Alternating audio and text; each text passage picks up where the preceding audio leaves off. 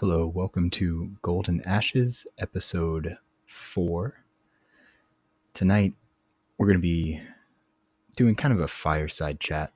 I don't have a particular topic or discussion planned, but rather just had some things on my mind. Going to try and tie the past few episodes together, as well as we're going to get into some Evola, who is the thinker that our next book club will be on. Specifically, we're going to be diving into Ride the Tiger. We're going to be focusing on Evola for a few weeks. We're going to kind of go through the core of his works, starting with Ride the Tiger. Then we'll probably do Men Among the Ruins, The Metaphysics of War, and then we will wrap things up with Revolt Against the Modern World. And to kind of get into that, I wanted to start off our discussion tonight with a dive into liberalism, with liberal hegemony, and kind of breaking down liberalism versus tradition, and what we can do on the right to properly utilize tradition. We're going to be looking at Oswald Spengler as well, kind of expanding on our previous episode, what we talked about in regards to Spengler and cyclical history. At some point in December, we'll probably do a little hiatus from Evola, and I want to cover Gobineau, and we're going to look at his most popular work, The Inequality of Human Races. It's very short. It's 200 pages. So what we might do is just read it together. You can find it pretty easily if you just Google The Inequality of Human Races PDF. It comes up pretty regularly. And so that's probably what we'll do. We'll probably do 2 Evola books, Gobineau, 2 Evola books, and then we'll move on from there. So, what is liberalism? Where does it come from? It originates during the Enlightenment. Thinkers like Locke, Voltaire, Hobbes, and it solidifies during the American and French revolutions. So in a Spenglerian sense, the cultural phase of the Enlightenment kind of comes from the aftermath of the Black Plague. And you have a revival of European humanistic interpretation of life, trying to revive or revitalize the Greco-Roman era through art and culture, architecture, things like that. And so that would be the cultural context, and then it reaches its civilizational phase. So if you remember from our talk from last week, Spengler sees the civilizational cycle as happening in 2 distinct categories. So you have the cultural category, and this is art, religion, philosophy, music, anything that is not a hard power structure. So you get into like red and blue power structures. And that's not a euphemism for Republican or Democrat. It's blue power systems are seen as soft power systems.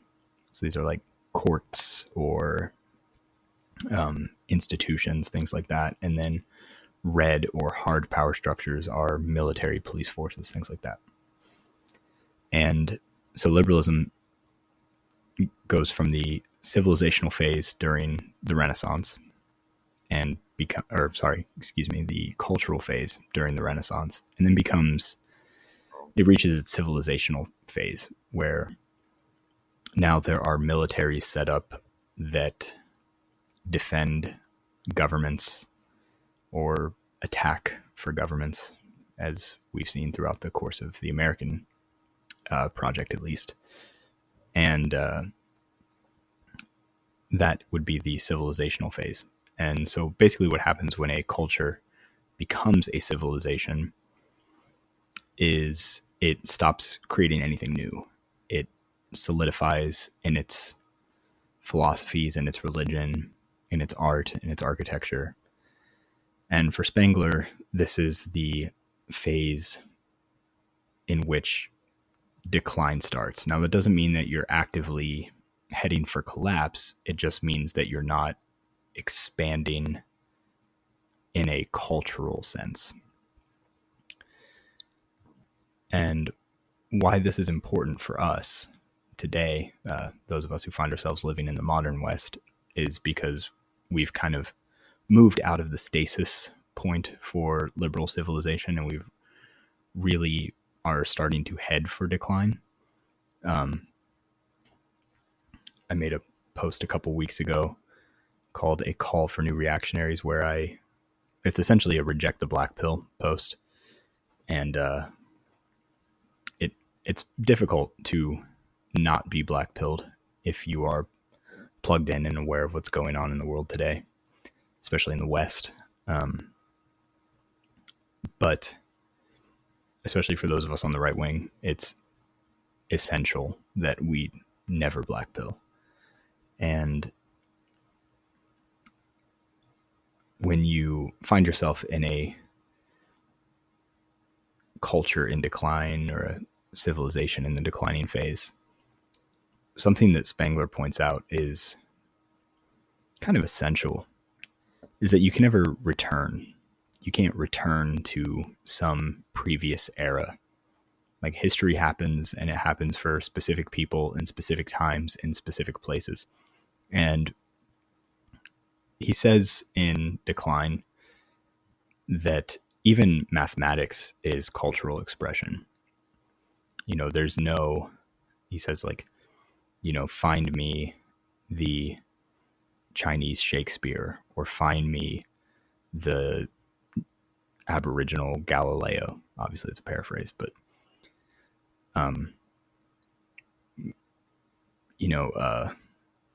things that we use for architecture today. Like, if you're going to build an arch, if you go to an architect and you say, hey, build me an arch for this building, he's going to use calculus, right? Well, the Greeks and the Romans didn't have calculus, and yet they're famous for their arches. So whatever mathematics they were using, I'm not a math guy.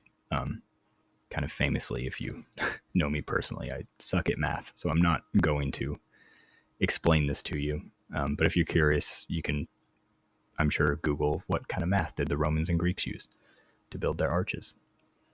But yeah, so they weren't using calculus, and yet they were able to build architecture that is in many cases better than ours today. And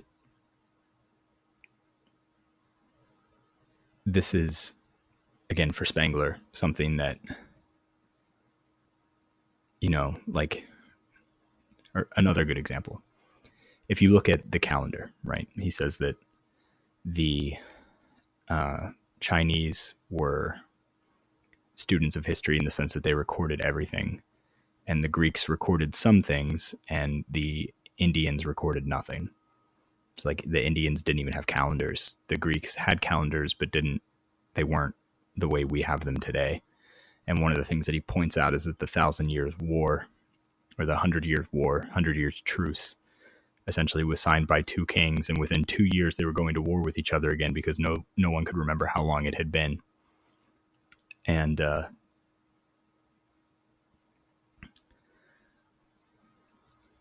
I think part of the reason why you see the entire world kind of going into crisis, like China has crises that are affecting them, and Japan obviously is having an economic and population crisis. South Korea is having an economic and population crisis. All of Europe is having economic and population crisis.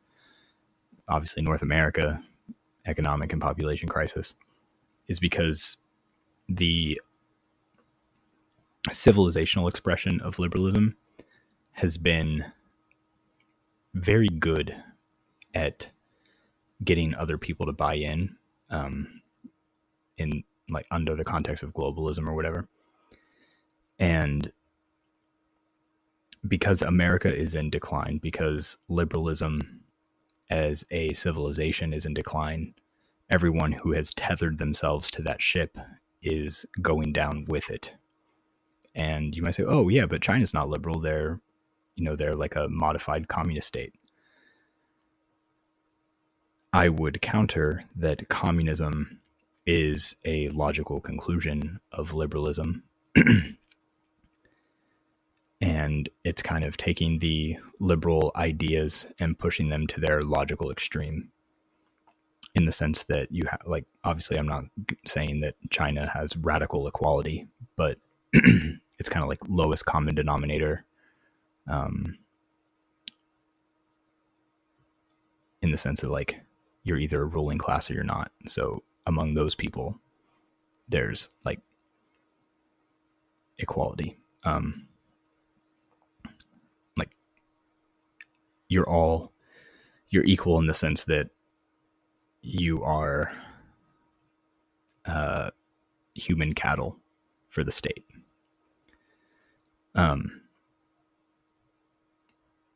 And so in the context that you can't really return anything, in my last podcast, we talked about how this is kind of a major L for the libertarians, or even like the 1950s trad bros, or even like the return to Rome guys. Like, it's never going to happen. Like, you need to use whatever it is that you are calling back to as inspiration to build something new, which another good book we will cover at some point, Archaeofuturism by Guillaume Fay, or Fay. I've heard it pronounced both ways. I don't really speak French.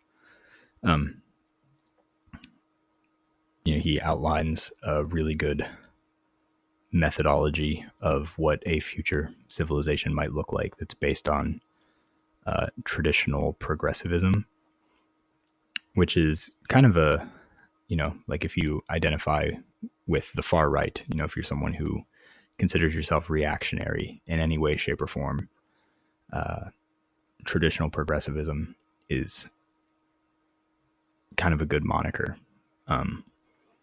because far right ideology is inherently revolutionary. And so revolutionaries are ultimately progressive in the sense that they are trying to progress either past a current paradigm or progress their paradigm in acceptability within the undercurrents of the accepted talking points politically. Which brings us to Evola and his conception of radical traditionalism. He says in Men Among the Ruins, give me a second to get the book out.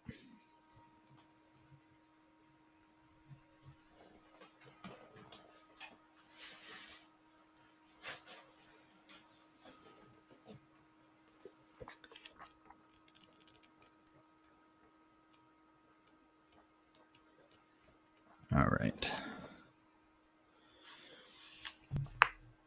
He says, naturally, the term reaction intrinsically possesses a slightly negative connotation. Those who react do not have the initiative of action. One reacts in a polemical or defensive way when confronted by something that has already been affirmed or done. Thus, it is necessary to specify that reaction does not consist in parrying the moves of an opponent without having anything positive to oppose him with. The misinterpretation could be eliminated by associating the formula of reaction with that of conservative revolution, a formula in which a dynamic element is evident. In this context, revolution no longer signifies a violent overthrow of a legitimate established order, but rather an action aimed at eliminating a newly emerged disorder and at reestablishing a state of normalcy. So essentially what he's saying here is reactionary movements get a bad rap because you don't have any new ideas of your own. You're just reacting to whatever it is your opponent does. And this is something that we see the Republican Party doing all the time. So there's this idea of energization, or where your elites get their energy from. And we'll ignore the fact that our GOP congressmen aren't really elites in the sense that we would view them. But where do the mainstream parties get their energy from? Well, the left, the Democrat Party, gets its energy from the far left, from its radical base. But the GOP, and here's where the problem is, also gets its energy from the radical left. And so they define themselves in opposition to the radical left. They do not get their energy from their radical base. And this is a problem because what it does is it keeps the accepted conversation in a dynamic that is constantly pulling to the left. And this is why so much of what's been going on in the far right recently, with like kind of the MAGA Civil War and the Groypers and all that, is such a big deal, because for the first time in at least recent history, the Republican Party is kind of being held to the flame by its radical base. And so what Evola is saying here is like, you don't want to only align yourself with, like, in opposition to whatever it is that this established or emerging order is doing. And he says that it's very important here, if you kind of read between the lines, to recognize that the Western power structure as it exists today, like liberal democracy, isn't an established order in the grand scheme of history. It is an emerging disorder. So for all of human history, people have been radical right wing, right? Like if you go back to ancient Rome and you ask them, like from a list of liberal talking points, how much of this they think is good and normal, you'd be lucky if they didn't kill you. Like a whole Titus get the cross moment.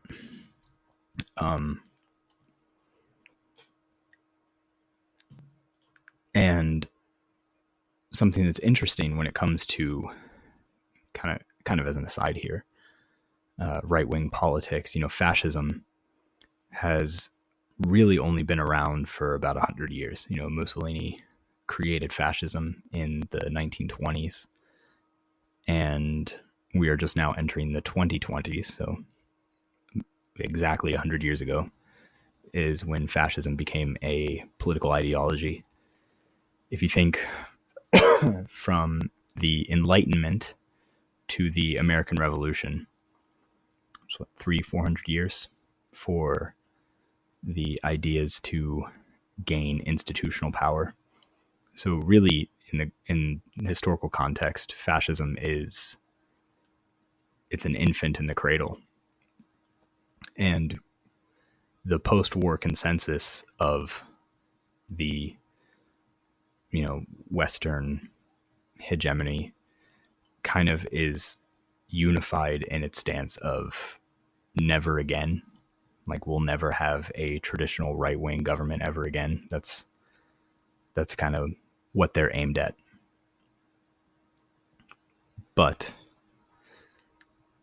and it's a big but, the pendulum always swings the other direction. And, you can really see this in countries like Australia with what's going on with Thomas Sewell and the political uproar he's been causing. Continental Europe has been, going haywire recently. And even in the United States with the far right, the Groypers and other groups, dissatisfaction with the established order is at an all-time high. And you see more of a cry for legitimate leadership. And when we say, far right reactionary fascist, these are a lot of like loaded words, right? They have a lot of power to kind of make modern people screech and go crazy. But it's important to remember that we're not necessarily looking to bring back, the Roman Empire or some kind of like resurgent Macedonian kingdom, something like that. As much as I would love to see it, it's not really the goal. It's not a goal we can accomplish, rather, as Spengler would put it. You can't reinstitute, once again, something that the narrative has already progressed past, because I'm not a Roman. I'm not even an Italian living in the 1930s. I'm an American in the year 2025, and America's never had a king. So you kind of need to look at what makes sense culturally when you're looking at traditional ideology, and kind of work within the confines of what you have. So monarchy might not be possible for us, but Caesarism certainly is. I know a lot of people were disappointed with Trump's second term and even the first term with how it ended with J6 and all that. A lot of us were hoping for Rubicon Dawn, and it's looking more and more like it's been a like a surrender to the establishment. Whatever the small state in the Middle East wants is what they're going to get, and it's what we're going to get and what our tax dollars are going to have to pay for. And obviously that has delegitimized the GOP with the far right, but not with like your normie conservative, like boomer parents. And so what's the distinction between a conservative and a traditionalist, or a conservative and a fascist? So a conservative is seeking to conserve the current established order, right? That's what he's seeking to conserve. A progressive is looking to progress the established order. There's a famous, I can't remember who it was,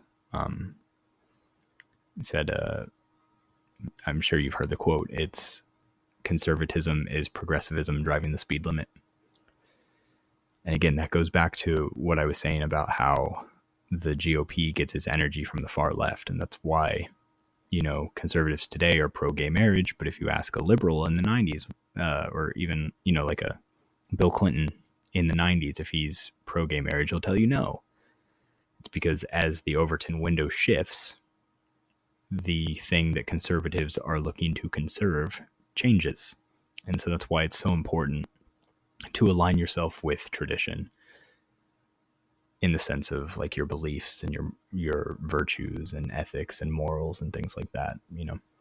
It's important to be connected to your ancestors and to carry the torch that they gave you, and kind of draw a line in the sand and say, these are the things I believe, and these are the things I'm going to defend,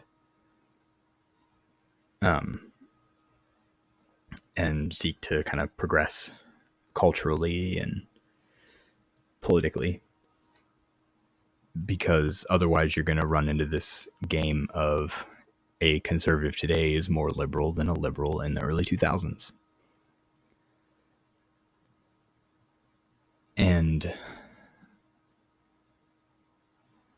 so is there any hope for traditionalists in a political sense? Well, locally, yes, absolutely.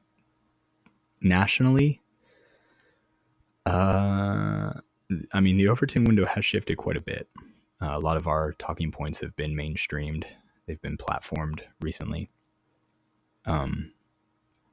So I don't know about nationally, but certainly locally. You know, if you live in a red state, if you live in a district that is more rural, it's pretty easy to get involved on a local level in terms of politics and kind of, you know, if you keep your mask on, and you are able to have your finger on the pulse of what's going on, or even get elected to an, you know, if you're getting elected to an office, much easier to shape your district or your county or your township in a way that you want it to be seen. In Florida, there was a city council member who was like going all in for the active clubs and like putting out actual memos and things like that with his council seat attached to the memos on X and a few other places, telling like young men to get involved in active clubs. So, you know, if you're in a red state and you live in a small district, I believe he's in Melbourne, Florida. I can't remember. It might have been like council seat 11 or something. So if you're in an area like that, or, you know, if you live in like Wyoming or somewhere where there's just like 10 people that live in your town and everyone's too busy to get involved in local politics. And this is one of the reasons why the left has been so successful, is because they have nothing to do. They have nothing better to do than be as rabid as possible politically. And the right, even the far right, you know, we have a tendency to be autistic about what it is we believe, and we don't want to get involved, or we don't have time to get involved because we have jobs, we have families, things like that. But, you know, we really do need to take a page out of the leftist handbook there and get involved, at least at a local level, because that's going to make substantial changes that you'll actually be able to notice in your life. You know, whatever the president is doing or whatever Congress is doing, like, yeah, you might see it, but ultimately, and this is like one of the big problems with bureaucracies, right, is because we have rule of law ostensibly in the West. And when you have rule of law, it means you don't have rule by sovereign. And when you have a sovereign, it's really easy to find out who's making the decisions, because he's sitting on a golden throne and he's telling everyone what to do. And so if a law gets passed and it sucks and it's making your life awful, well, you know exactly who to hold accountable. And when you have rule of law, the people who actually write the laws have obfuscational ability, in the sense that they could just say, well, you know, this is the standing foreign policy, or this is the standing domestic policy, or we couldn't get enough votes for this original bill, so we rewrote it because we need, like, ideally in a perfect American system, what you would have is you would have a compromise. So the right wants this, the left wants this. Well, you're not going to get the full left thing because the right would never agree to it. You're not going to get the full right thing because the left would never agree to it. So you meet in the middle and everyone's happy, in theory. And because we don't have a sovereign, we have rule of law. And James Burnham, a great book, The Managerial Revolution, he talks about the managerial class and how in bureaucracies, essentially, what happens is everyone gets tied down by the paperwork, by the red tape, and you're not actually able to make decisions that are contrary to the bureaucracy. And this is why, despite a new administration in the White House, the FBI is largely acting the same. This is why the DHS is acting the same. This is why the DOD is acting the same. Or I guess now it's the Department of War. It's why they're acting the same. It's because they are hamstrung by the bureaucracy, by the rule of law, and you don't actually have sovereign individuals who are able to make decisions. So getting involved on a national level, while important, isn't going to make any immediate changes, because if you do try to make immediate changes, especially with that consensus of Western establishments being never again, you're not going to be able to get a whole lot done. But you can kind of sneak some things under the door locally that you wouldn't be able to on a national level. So yeah, that's kind of my thoughts for tonight. Again, later this week, we're going to be doing Ride the Tiger, Julius Evola. We're gonna be a little bit more formal than we were with Zarathustra. We're actually going to go through the book. It's probably going to take a couple of weeks. It's a short book. I think the format that I was looking at doing,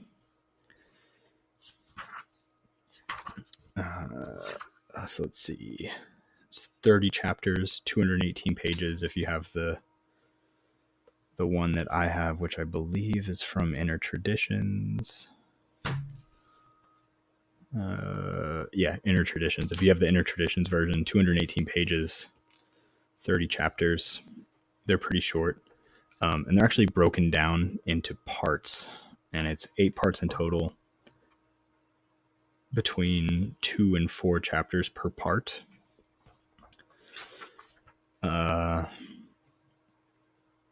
Part 2 is the biggest part. It's 11 chapters. We'll go through all this again when we do the book club this week. Excuse me. So I think what we might do is do part 1 and part 2 together this week. And what essentially I'll do is I'll pick 1 or 2 excerpts, and we'll kind of go through each chapter and talk about essentially what he's talking about in that chapter. And, there's going to be some things that tie into Nietzsche. Evola very famously read Nietzsche, but ultimately disagreed with him because Nietzsche doesn't believe in metaphysics or spirituality. And so a lot of what Evola's project was to re-inject Nietzschean, the Nietzschean corpus with Western metaphysics and spirituality. And in part 2, he talks about something I talk about a lot, which is Apollo and Dionysus. So we might spend some extra time on that chapter. So that's where we're going to start this week. Part 1, part 2, Ride the Tiger, the Inner Traditions translation. So if you have a copy or can get your hands on a copy, it's also on Audible. If you want to listen to it, surprisingly, it's on Audible. So yeah, we'll probably do that on Thursday or Friday night. I will post my schedule as it gets a little closer. So thank you for joining me for tonight's Fireside Chat. I hope everyone has a good rest of their weekend, and I will see you soon.